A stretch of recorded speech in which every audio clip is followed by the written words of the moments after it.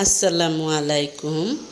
আপনার সন্তান যদি পরীক্ষার্থী হয় বা প্রত্যেক ক্লাসে পরীক্ষা তো হয়, তাই আপনার সন্তানকে এই বিষয়গুলো শেখাবেন।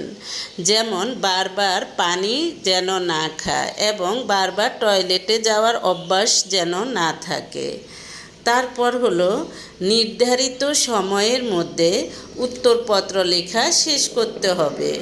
অতিরিক্ত সময় চেয়ে বা খাতা ধরে রেখে শিক্ষককে অনুরোধ করতে নিষেধ করবেন, কারণ তাহলে দেখা যায় যে ওর ক্যারিয়ারের উপর অনেক ক্ষতি হবে।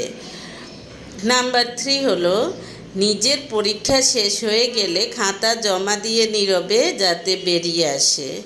পরীক্ষার হলের সামনে বা বারান্দায় হইচই করা, গল্পগুজব করা থেকে যেন বিরত থাকে। নাম্বার 4, পরীক্ষার খাতায় যেন অবান্তর বা আপত্তিকর কিছু না লিখে। অনেক বাচ্চারা নিজের খাতার মধ্যে দেখা যায় যে হ্যাঁ টিচার আমি গরিব, আমাকে নম্বর বেশি করে দিবেন, এটা সেটা